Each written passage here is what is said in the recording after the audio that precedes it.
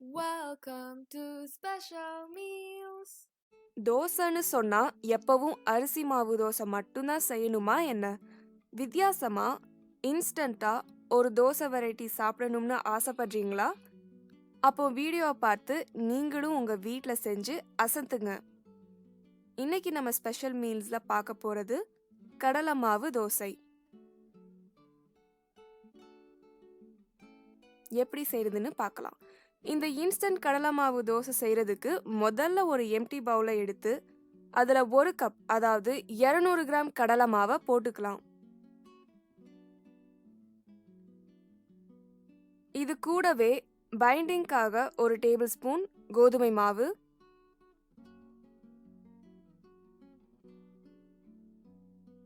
1 table spoon அரிசி மாவு, பொடியா நறுக்கின மீடியம் சைஸ் பெரிய வெங்காயம் 1, துருவின 1 பெரிய கேரட்,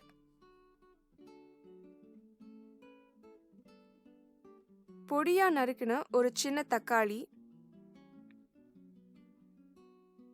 ஃப்ரெஷ்ஷாக துருவின அல்லது காஞ்ச கொப்பரை தேங்காய் 1 டேபிள் ஸ்பூன். தேங்காய் பிடிக்காதவங்க இதை ஸ்கிப் பண்ணிக்கோங்க. அப்புறம் பொடியா நறுக்கின 1 டீஸ்பூன் இஞ்சி,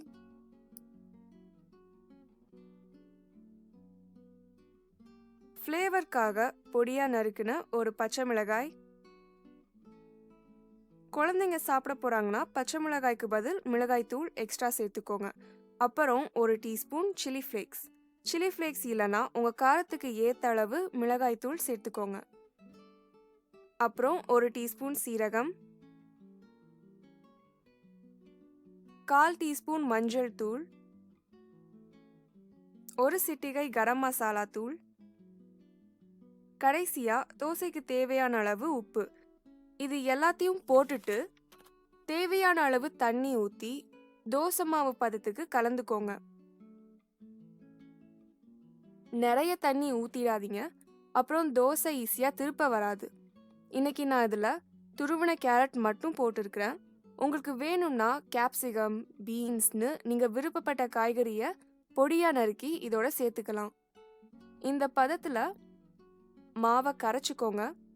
இப்போ மாவு தோசை ஊற்ற கரெக்டான பதத்தில் இருக்கு. அடுப்பில் ஒரு தோசை கல்லை வச்சு கல் நல்லா சூடானதும் கொஞ்சமாக எண்ணெய் ஊற்றிட்டு மாவு ஒரு முறை இந்த மாதிரி நல்லா கலந்து விட்டுட்டு தோசையாக ஊற்றிக்கோங்க. இதில் நம்ம காய்கறி எல்லாம் சேர்த்துருக்கிறதால நார்மல் தோசை மாதிரி சுட முடியாது. அதாவது நம்ம நார்மல் தோசையை அழுத்தி தேய்ச்சி சுடுவோம், ஆனால் இதில் இப்படி பண்ண முடியாது.